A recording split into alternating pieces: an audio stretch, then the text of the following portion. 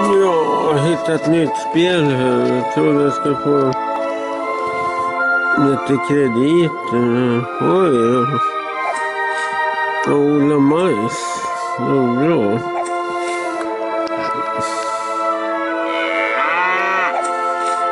Och kossan ska mjölkas, eller vadå?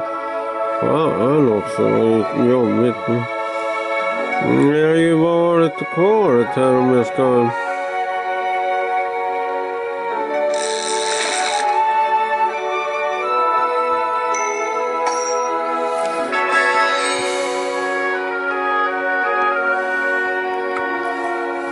Det står en prinsessa i skogen där. En egen prinsessa, tror jag. Ska jag gifta mig med henne och hugga genom skogen? Eller ska jag gifta mig med den här geten som står här istället? Men jag har ju en ko jag kan sätta på då. Ja, vi hugger lite ved här. Fram med exakt här. Fan, kör hårt.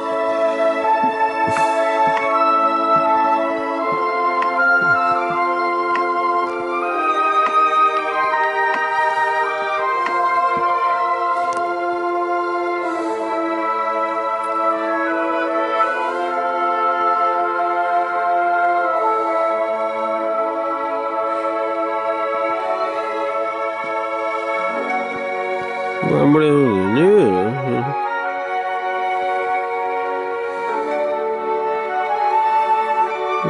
Det är någonting.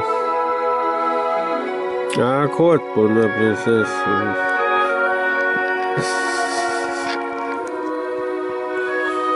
Den där granen är så vacker. Så den får nog stå kvar nu. Ja. Storslägga har vi där. Det här ser ut att vara skit. Bästa spelen har gjort. Hittills de här lava.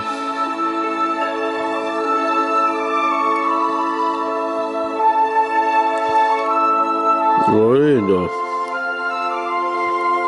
Vad var det grejer? Det är en stackars bonddräng som står och fryser. Och kanske man skulle rädda så hjälpa han till. Och där har vi regnbågen.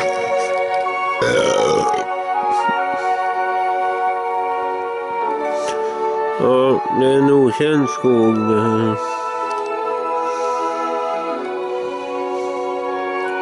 Jävla blommor som måste vattnas. Vad är det?